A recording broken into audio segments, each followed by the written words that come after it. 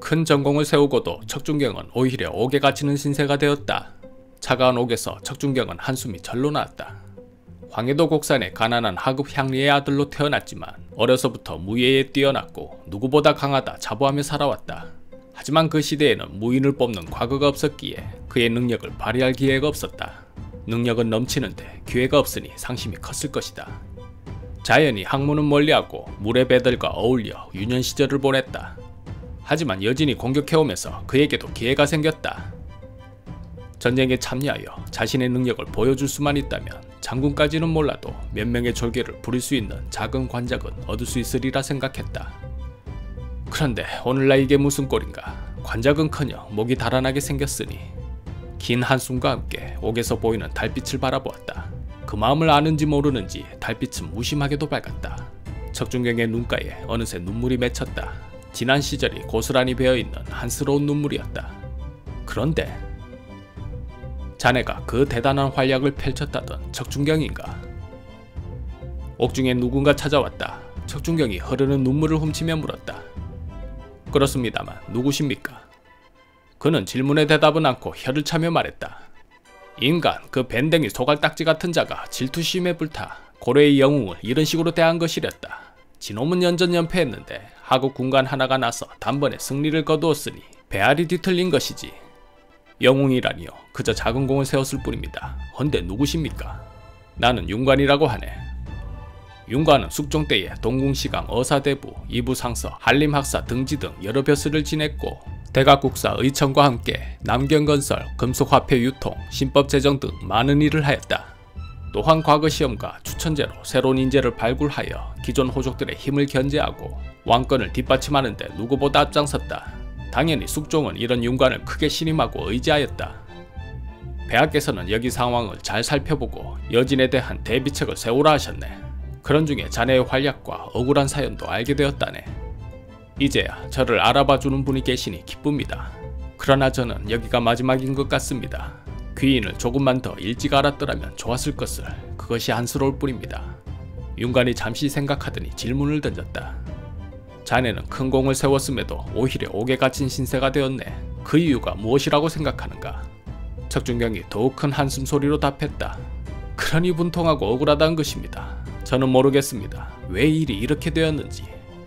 차라리 전장에서 싸우다 죽었더라면 명예롭기나 하지. 윤관이 웃으며 말했다. 자네의 용맹함은 여포나 관우를 능가하고도 남을 것이나 정치는 하나도 모르는구나. 그게 무슨 말씀입니까? 세상의 많은 상관들이 가장 싫어하는 것이 무엇인 줄 아느냐? 무엇입니까? 바로 자신의 업적을 뛰어넘는 부하라네. 척준경은 아직도 무슨 말인지 이해가 되지 않았다. 윤관이 천천히 설명해 주었다. 내가 자네였다면 승리를 거두고 돌아와 그 공을 인간에게 돌렸을 것이네. 그랬다면 옥에 갇히는 것이 아니라 관직과 상을 얻었을 것이네. 그런데 자네는 자신의 입으로 공을 치켜 세웠으니 인간은 그것을 견딜 수 없었던 것이지. 그제야 척준경도 무언가 깨달은 듯 천천히 고개를 끄덕였다. 윤관이 호탕하게 웃으며 말했다. 걱정 마시게. 앞으로 나와 할 일이 많을 것이니 정치는 내 밑에서 천천히 배우시게. 그 말을 남기고 윤관은 곧바로 인간을 만났다. 폐하께서는 이곳 상황을 잘 알아보고 여진을 대비할 계책을 세우라 하셨습니다. 뭐 어려운 점은 없으셨습니까? 인간이 혀를 차며 말했다. 말도 마십시오. 지금의 여진은 예전에 우리에게 조공이나 바치던 나약한 족속들이 아니었습니다. 장수들은 용맹했고 병사들은 훈련이 잘 되어 있었습니다. 결코 만만한 존재들이 아닙니다. 나도 겪어보아 잘 알고 있습니다. 통합된 여진은 앞으로 더 강해질 것입니다. 그나마 장군의 활약이 아니었다면 정주성은 결국 떨어졌을 것입니다. 인간의 얼굴에 급히 화색이 돌았다. 그렇게 생각하십니까? 당연하지요. 이 모든 것은 장군의 공입니다. 돌아가서 폐하께도 그 점을 잘 말씀드리겠습니다. 인간은 기쁘지 않을 수 없었다. 크게 잔치를 열어 윤관을 대접하였고 둘은 술잔을 주거니 받거니 하면서 금세 친해졌다. 취기가 어느 정도 오를 무렵에 윤관이 말했다. 그 척준경이란 자는 어찌하실 생각이십니까? 그놈은 상관을 모욕한 놈이요. 목을 베려했으나 부장들이 말리는 바람에 겨우 참고 살려둔 것이요. 뭐 적당히 매질이나 하고 쫓아버릴 생각이요. 윤관이 술잔을 채워주며 말했다. 그렇지요. 상관을 무시하는 자는 따끔한 맛을 보여주어야 하지요. 어차피 쫓아버리실 거라면 제가 한번 데리고 가서 그 모자란 놈을 교육시켜보고 싶은데 장군께서는 어찌 생각하십니까? 인간은 대수롭지 않게 답했다. 뭐 좋을 대로 하시오. 적중경은 옥에서 풀려났고 그 일 이후부터는 윤관의 수하가 되었다. 1104년 윤관은 개경으로 가 숙종을 알련하였다. 폐하, 여진족은 부족을 통합하며 전에 없이 강해지고 있고 두만강 유역까지 세력을 넓히고 있습니다. 동부면 병마사 인간이 여진족에 패한 것은 우리가 약해서가 아니라 여진이 강해졌기 때문입니다. 숙종이 걱정하며 물었다. 그렇다면 우리는 강해진 여진을 어떻게 해야 이길 수 있겠소? 윤관은 생각해둔 바가 있었다. 우리가 여진에 고전하는 것은 우리 군이 보병 위주로 구성되었기 때문입니다.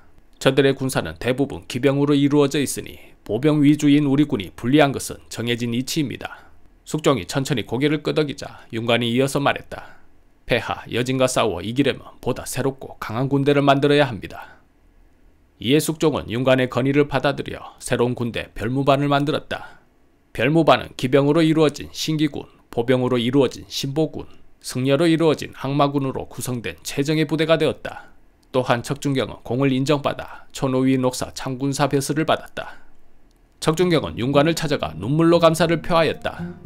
공께서 구해주지 않으셨다면 목숨이 위태로웠을 것입니다. 그런데 이렇게 승진까지 시켜주셨으니 이 은혜를 어떻게 갚아야 할지 모르겠습니다.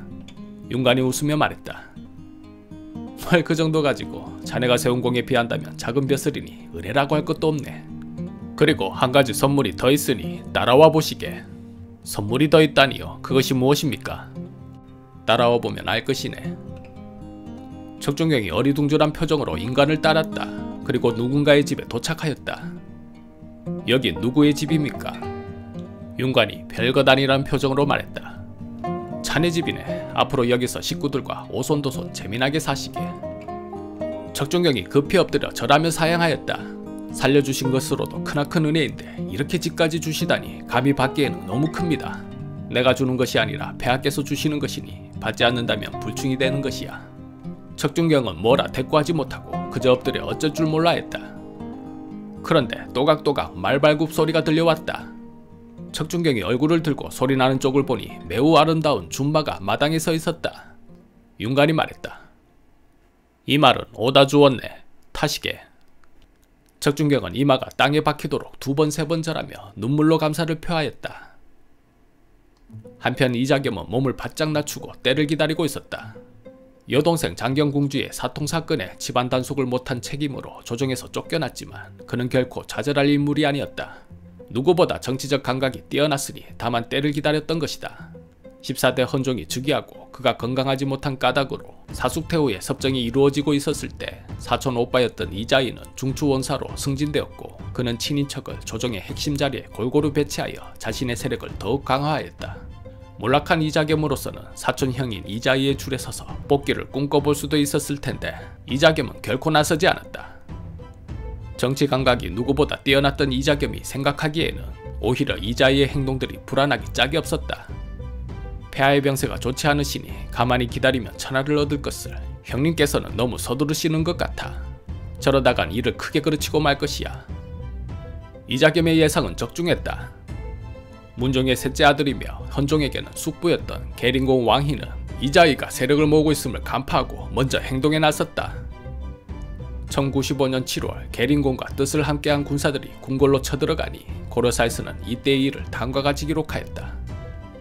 이자희는 이에 이르러 병사들을 궁궐 안에 모아 장차 거사를 일으키려 하니 계린공 왕희가 명복궁에 있다가 은밀히 이를 알아차리고는 소태부를 깨우치기를 국가의 안위가 재상에게 달려있어 지금 일이 급하니 공이 도모해야 하오 라고 하였다. 이에 소태부가 상장군 왕국모로 하여금 병사들을 이끌고 들어와 시위하게 하고 장사 고의화로 하여금 이자희와 그의 당예인 한문지후 장중, 중추원 당후관 최충백을 선정문에서 참하도록 하였으며 이자희의 아들인 주보 이작과 장군 숭열, 택춘 등 17인을 나누어 잡아 모두 죽이고 문화시랑 평장사 이자희와 소경 김의영, 사천소강 황춘형 등 50여인은 남쪽 변방으로 유배 보낸 뒤 적당의 처자들을 정몰하여 양계에 있는 주진의 노비로 삼았다. 이 일로 고려의 실권은 계린공 왕희가 완전히 장악하였고 그 아래 사람들은 알아서 움직였다. 바로 섭정을 하는 사숙태후를 찾아가 왕위를 계린공 왕희에게 넘기라고 압박했던 것이다. 태후마마 성상께서는 병약하시어 정사를 제대로 돌볼 수가 없었습니다. 이대로라면 이자희 같은 역신들은 또 생길 것입니다. 마마께서는 이 점 깊이 헤아려 주시옵소서. 말은 둘러서 했지만 한마디로 왕위를 내놓으라는 협박이나 다름없었다. 그 살벌한 분위기에서 사숙태후는 답하지 못하고 그날을 대충 넘겼지만 대신들은 하루가 멀다 하고 태후를 찾아가 선의할 것을 졸라댔다. 결국 사수태후가 버틸 수 있는 힘에도 한계가 있었으니 공을 헌종에게 던졌다. 그것에 대한 결정은 내가 아니라 폐하께서 하실 일이다. 그쯤 되자 일은 거진 된 거나 마찬가지였다. 대신들은 곧바로 헌종에게 우르르 달려갔다. 폐하께서는 몸이 좋지 않으시니 이자희 같은 무리는 또 생길 것입니다.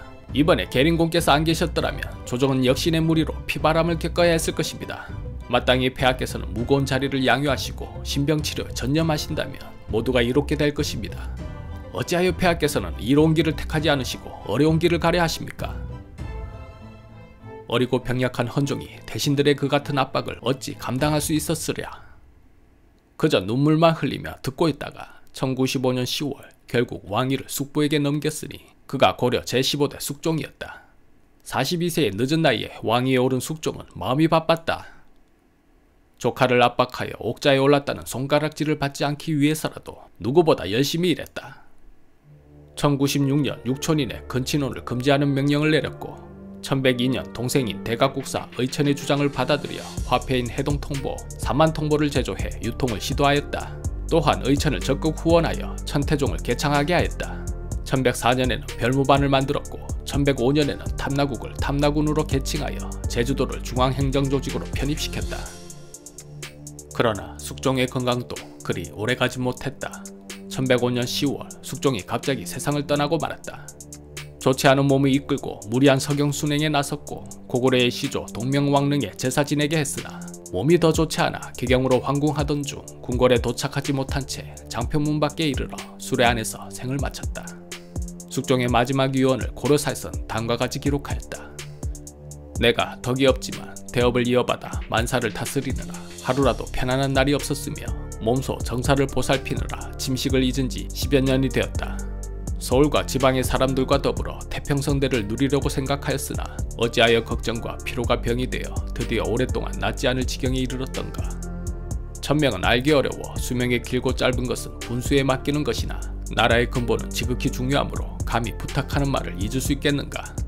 왕태자는 인의와 효우는 본래 타고났으며 온화하고 자애로움은 백성의 바라는 바에 적합하므로 마땅히 나의 관 앞에서 곧바로 즉위하라. 무릇 궁극대사는 모두 새로 즉위한 왕의 처분에 따르고 지방의 진, 주, 목은 다만 있는 곳에서 발상하고 마음대로 다스리는 곳을 떠나지 말며 상복의 제도는 나를 달로 계산하고 상릉의 제도는 검약하게 하는데 힘써라. 아, 시작과 끝의 기한을 알았으니 가는 사람은 유감이 없고 장구한 계책을 간과하여야 하므로 남은 자는 몸을 해치지 말아야 한다. 더욱이 내가 가장 신임하는 대신과 여러 경사가 함께 충성을 다하여 왕실을 도와 우리나라의 운세를 무궁하게 누리도록 하면 내가 비록 눈을 감더라도 마음은 만족할 것이다. 국내에 선포하여 나의 뜻을 분명하게 알리라. 이자겸이 기다리던 때는 바로 이때였다. 숙종의 맏아들 태자 왕후는 이자겸에게 호의적인 사람이었고 그가 16대 왕으로 즉위하자 곧바로 이자겸을 의사중승으로 복직시켰다. 이자겸은 화려한 부하를 꿈꾸며 온갖 괴로움을 무릅쓰는 와신상담 끝에 결국에는 그렇게 조정에 복귀하였다. 궁에선 이자겸이 깊게 숨을 들이쉬며 말했다. 아, 그래, 이거지 이거. 역시 궁 안의 공기가 딱 내 취향이구나. 이제 이곳에서 하고 싶은 것들을 다 해볼 것이야. 이자겸은 차분히 다음 계획을 준비하였다. 1107년 10월 20일 예종은 드디어 여진 정부를 위한 군사를 일으켰다. 윤관은 들으시오. 예 폐하, 나는 부왕의 뜻을 이어받아 여진을 정벌하고자 하오. 그대를 원수로 삼고 오연총을 부원수로 삼아 30만 별무반을 이끌게 할 것이니 가서 여진을 섬멸하고 오시오. 신윤관 폐하의 명을 받들어 반드시 여진을 섬멸하겠나이다.